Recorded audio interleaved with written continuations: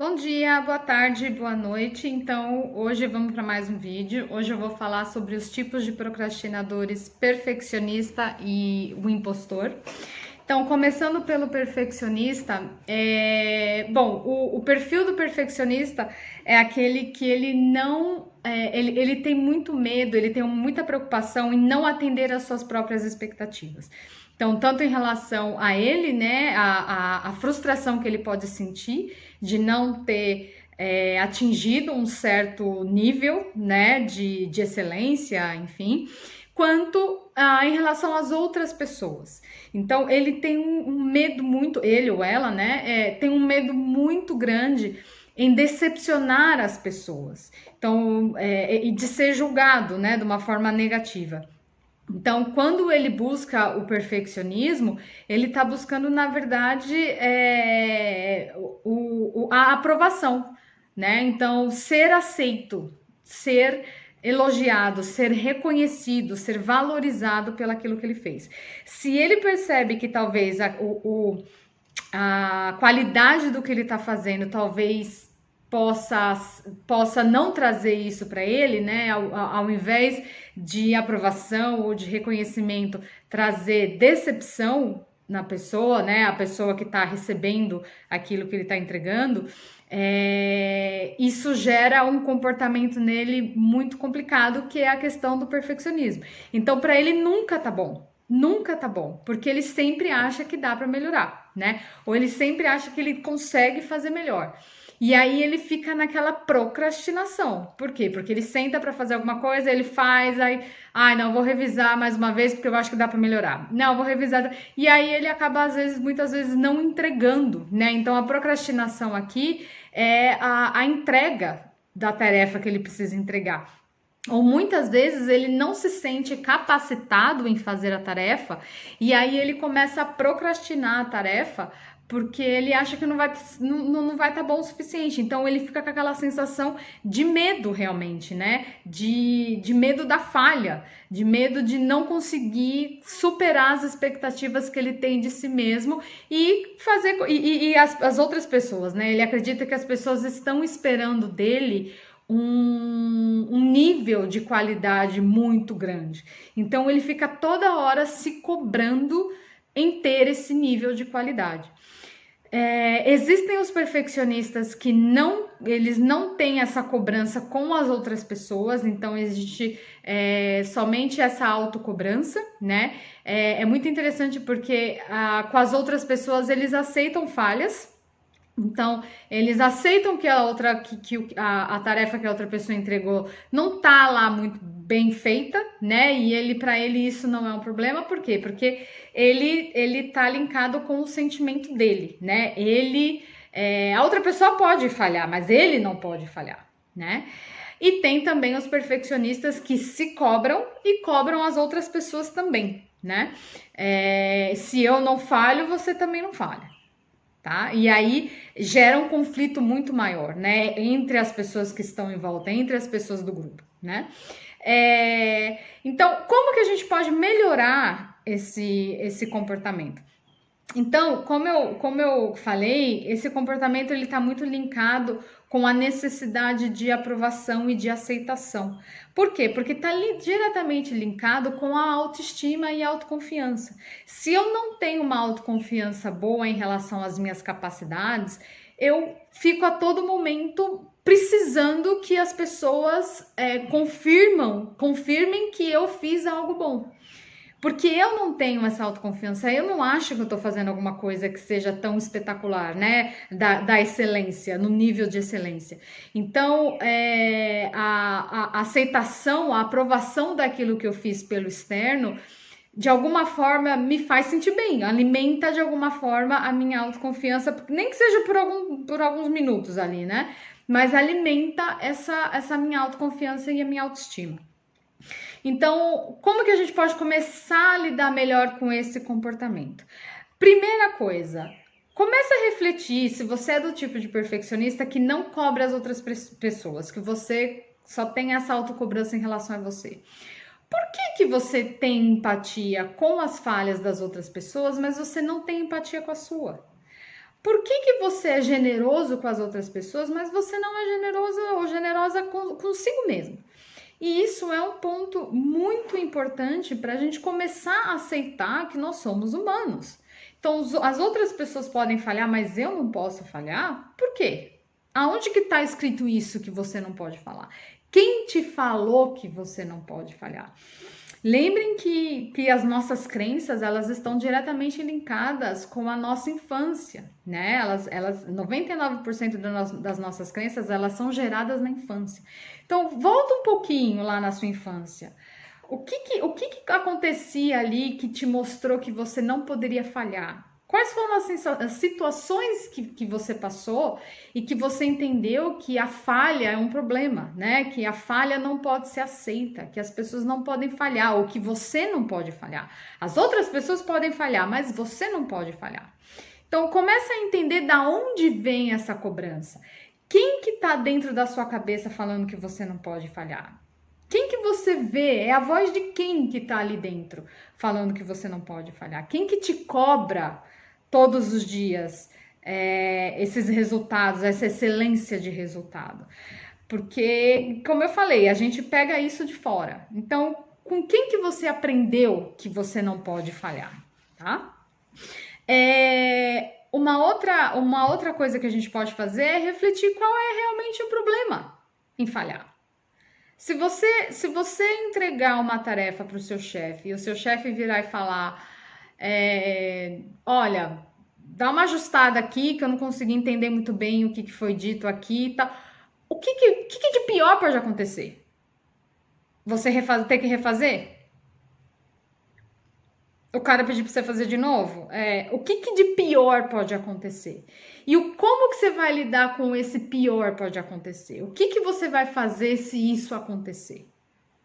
Quais são as suas opções para solucionar esse de pior que pode acontecer, tá?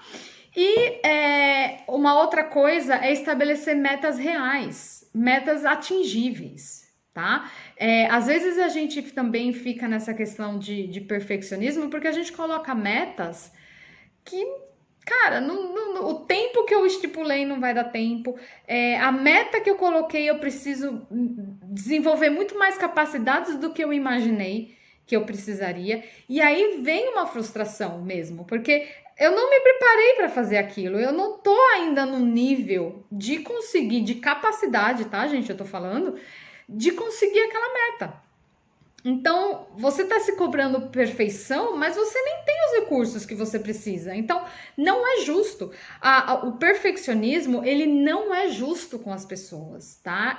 Não é uma forma generosa de se cuidar, de tratar você, né? Então, o perfeccionismo, ele não é algo real. Porque ninguém é perfeito, né? Todo mundo vai falhar. É algo que não é inatingível o perfeccionismo. E aí a gente acaba entrando nessa bola de neve, de culpa, de que não fez certo, que tal. Mas sejam um pouco mais generosos com vocês. Porque, cara, todo mundo falha, nós somos humanos, né? E minha última dica em relação ao perfeccionismo é mude o significado da falha. Então, como eu conversei com vocês num outro vídeo, a falha, num vídeo ou num post que eu fiz, a falha, ela tá ali para a gente desenvolver capacidades. Ela é uma oportunidade da gente olhar para aquilo que a gente precisa melhorar. Se eu não tento, né? Se eu não faço, se eu não entrego, se eu não tomo uma atitude e eu não falho em alguma coisa, eu não sei o que eu preciso melhorar. E aí, gente, é o contrário. Se eu não falho, eu não desenvolvo. Eu fico no meu mundinho ali na minha zona de conforto, com o meu nível de capacidade que tá ali estagnado. Então, nós seres humanos, nós nos desenvolvemos durante a vida. E a mesma coisa com as nossas capacidades. Quanto mais eu pratico alguma coisa, mais fácil vai ficando para mim. Se eu não pratico, eu não desenvolvo aquela capacidade. Não tem como você já nascer sabendo tudo, tendo todas as capacidades no nível máximo. Ninguém passa por isso, ninguém nasce assim. Se você vê uma pessoa que ela faz alguma coisa melhor que você, é prática. ela tem prática naquilo que ela está fazendo, né? E a gente precisa também respeitar a nossa biologia, a nossa fisiologia, né? Se eu tenho uma facilidade melhor com isso, legal, ótimo, né? Agora, se eu tenho um pouquinho mais de dificuldade em fazer outra coisa, eu preciso focar mais nessa outra coisa para me desenvolver melhor. Que são as nossas inteligências, né? Então, se eu tenho uma coordenação boa, sei lá, eu posso ser uma jogadora de vôlei, sei lá. Agora, se eu sou melhor no raciocínio lógico, eu vou estudar matemática, eu vou desenvolver, mas isso não quer dizer que eu também não possa desenvolver uma coordenação. Só que para mim, talvez, a capacidade de coordenação não vai ser tão rápida como uma pessoa que já tem isso. Então, gente, nós não estamos estagnados com as nossas capacidades, a gente tem que desenvolvê-la. E quando você tem essa ideia de perfeccionista, você fica estagnada nas suas capacidades, porque você fica com medo da falha, e a vida é isso. A gente só melhora quando eu entendo onde eu falhei e quando eu me planejo para melhorar isso, tá bom? Então façam essas dicas que eu falei para vocês que têm esse comportamento perfeccionista. Começa a aceitar mais as falhas de vocês, começa mais a aceitar também talvez as falhas das outras pessoas, né? E mude o significado de falha. Falha é oportunidade de desenvolvimento. Eu vou melhorar as minhas capacidades e essas falhas dentro daquilo que eu estou me desenvolvendo vai diminuindo. E aí, chega uma hora que você chega no nível que você realmente quer e que você tá feliz com ele, tá? E agora eu vou falar da síndrome do impostor linkada com a procrastinação. Então, o que é a síndrome do impostor? São aquelas pessoas que acham que não merecem as suas conquistas porque acham que não são boas suficientes para elas. Alguma coisa aconteceu, foi sorte, enfim, o meu chefe estava de bom humor hoje, me deu uma promoção, tá? Então as pessoas acham que não merecem aquilo que elas estão recebendo, as suas conquistas. E mais, né? Elas ficam extremamente amedrontadas, elas têm muito medo de ser desmascaradas, né? Então elas evitam a exposição por medo de serem desmascaradas. Pelas pessoas falam, ela é uma farsa, ela não sabe, ela não sei o que lá, ela tá mentindo, ela tá fingindo que tem toda essa capacidade, mas não tem. Então, essas pessoas, o que acontece? Elas tendem a procrastinar também, e também está linkado muito com perfeição, né? Com perfeccionismo. Então elas vivem nesse medo de se expor, elas não se expõem tanto, elas não demonstram tanto as suas capacidades porque elas acham que as pessoas podem virar para elas e duvidar das capacidades delas, ou enfim. Então um exemplo, por exemplo, é quando as pessoas não aceitam um cargo maior, né? Porque um cargo maior, por exemplo, de uma vendedora para uma gerente de vendas, ela vai estar muito mais exposta. E aí ela vai ficar com medo das pessoas começarem a falar, a perceber que ela não é tão boa assim para o cargo, né? Então, as pessoas com essa síndrome do impostor, elas ficam também muito estagnadas, né? Porque elas têm realmente esse medo de crescer. Então, às vezes, elas não mudam de emprego, elas não procuram algo melhor, né? Então, fica procrastinando, fica num lugar onde ela não tá mais feliz, mas pelo menos ela tá na zona de conforto dela, onde ela sabe que as pessoas aceitam aquele nível de capacidade que ela tem e acreditam que, ok, ela tá bem ali. Mas para um próximo nível, né? Para um próximo nível, talvez as pessoas comecem a descobrir que ela não é tão boa. Então fica naquela zona de conforto, né? De não mudar de cargo, de não mudar de emprego, de não ir para uma outra área, né? Ou de não abrir o seu próprio negócio, né? Quantas pessoas a gente conhece que não investe no seu próprio business porque tem medo do julgamento das outras pessoas, né? Você não é bom o suficiente, você não sei o que e tal. Então, e ficam trabalhando para alguém para o resto da vida por esse medo de se expor e a ideia de que as pessoas podem achar que essa pessoa é uma farsa, que ele ou ela é uma farsa, né? E ficam a vida inteira trabalhando no mesmo lugar. Então, como que a gente quebra esse ciclo, tá? A gente tem que melhorar muito a nossa autovalorização e autorreconhecimento, tá? Então, isso também tá muito linkado com autoestima e autoconfiança, né? Se eu não acho que eu sou boa o suficiente, eu acho que as pessoas também vão ver que eu não sou boa o suficiente, né? Então, tá muito linkado com isso. Então, o que a gente vai fazer? Primeira coisa, você vai fazer uma lista das situações que você acha que você não mereceu conquistar aquilo que você conquistou. Você não merecia, porque você não era boa o suficiente e as pessoas te deram. Por sorte, por gostar de você, enfim. Mas você conquistou aquilo por não ter sido, por não merecimento seu, mas por uma força do externo, tá?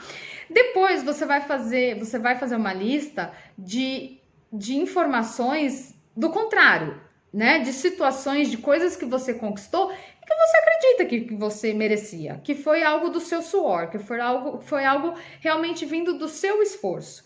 Então, uma lista onde você percebe que você tinha as capacidades corretas para aquilo, que você realmente estava preparada ou preparado para estar ali onde você estava e para conquistar aquele objetivo que você conquistou.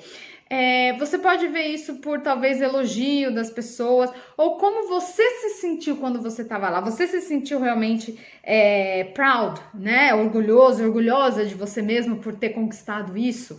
Ache essas situações e descreva essas situações. O que aconteceu? O que você conquistou? Como você conquistou?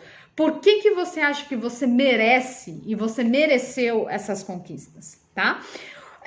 O terceiro passo, você vai comparar as duas listas. Então, compara o porquê que eu não acho que eu merecia essas coisas e o porquê que eu acho que eu merecia essas coisas que eu coloquei aqui na lista de merecimento. Depois, você vai fazer uma lista de coisas que você quer conquistar. Então, quais são as suas próximas conquistas? E o que você vai fazer baseado na sua lista de coisas que você já conquistou?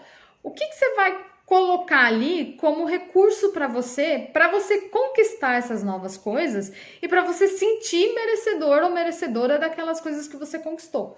O que precisa estar nessas conquistas? Talvez você precisa melhorar as suas capacidades, você precisa fazer um planejamento melhor, talvez você precise começar a entender como que você funciona melhor, se você é uma pessoa diurna, uma pessoa noturna, enfim, como que você faz para desenvolver melhor as suas capacidades, para você ter a capacidade legal para sentir merecimento naquelas conquistas que você quer conquistar, tá? Depois que você fizer isso, você vai colocar como que você sabe que você conquistou isso. O que vai acontecer para te dizer que você conquistou isso de uma forma prazerosa para você, que você tá vendo que você mereceu, ok? Então, o que vai aparecer e tem que ser algo palpável, né? Tem que ser algo que você consiga realmente ver. Então, sei lá, eu quero mudar de emprego. Então, quando eu for para uma entrevista, eu assinar meu contrato numa nova empresa, é quando eu vou saber que eu conquistei o meu objetivo e que eu fiz isso por meu merecimento, tá? Então, isso tem que estar claro para vocês. Como que vocês vão saber que a conquista de vocês, você conseguiu conquistar e for por merecimento de vocês, tá? E a última coisa é comemore. Como você vai comemorar essa conquista? Como você vai mostrar para você ser grata por você, né? Ser generoso ou generosa com você mesmo. Como que você vai se dar os parabéns por essa conquista? E aí você vai colocar essa conquista na sua lista de conquistas que você já tem, tá? Então, tudo que vocês fizerem, todo o planejamento das suas novas conquistas, precisa passar por esse passo a passo, ok? ok? Então, aí vocês vão realmente sair do automático, de, só não fiz mais que obrigação, ou não merecia, as pessoas foram boazinhas comigo, foram bondosas comigo. Então, é importante, gente, que a gente comece a sair do automático, porque lembra, automático é zona de conforto. Se eu quero mudar um comportamento da minha zona de conforto, que eu não tô mais feliz com ele, eu preciso tomar conta do que está acontecendo. Se eu ligar o automático, é o automático que vai ficar ligado. Então eu vou continuar fazendo as mesmas coisas. Não faz sentido a gente querer mudar o comportamento sem tomar a responsabilidade dele, sem puxar ele para você e falar, não, quem está no controle agora sou eu. Ok? Então, se vocês não fizerem esses passo a passos e trazer para sua consciência que você precisa mudar e que você vai mudar e que você vai fazer o passo a passo, você vai continuar no automático, beleza? Espero que tenha ajudado a esses tipos de procrastinadores hoje. Eu vejo muita gente dentro principalmente dentro desses dois perfis. Eu acho que são perfis muito fortes, muito pesados. Tenho vários clientes que lidam, né, que passam por isso, com essa autocobrança, com essa coisa da perfeição e não entrega por medo de decepcionar alguém. Então, é um trabalho, né, gente? Não é da noite pro dia. Você não vai acordar um dia e ser uma outra pessoa, né? Você tem esse mesmo tipo de comportamento já faz o quê? 30, 20 anos, 40, 50 anos. Nunca é tarde para começar, mas tem que começar e tem que tomar conta. Tem que puxar a responsabilidade pra gente, beleza? Espero que vocês tenham gostado. Deixa um comentário aí nos vídeos. Passa para alguém que precisa também desse conteúdo, que tá passando que tem esse perfil de perfeccionista ou síndrome do impostor. Se vocês tiverem qualquer dúvida, se vocês quiserem que eu faça um vídeo relacionado com alguma coisa em específico, pode mandar um direct para mim ou escrever nos comentários, que eu tô aí para isso, beleza? Beijo, gente. Obrigada.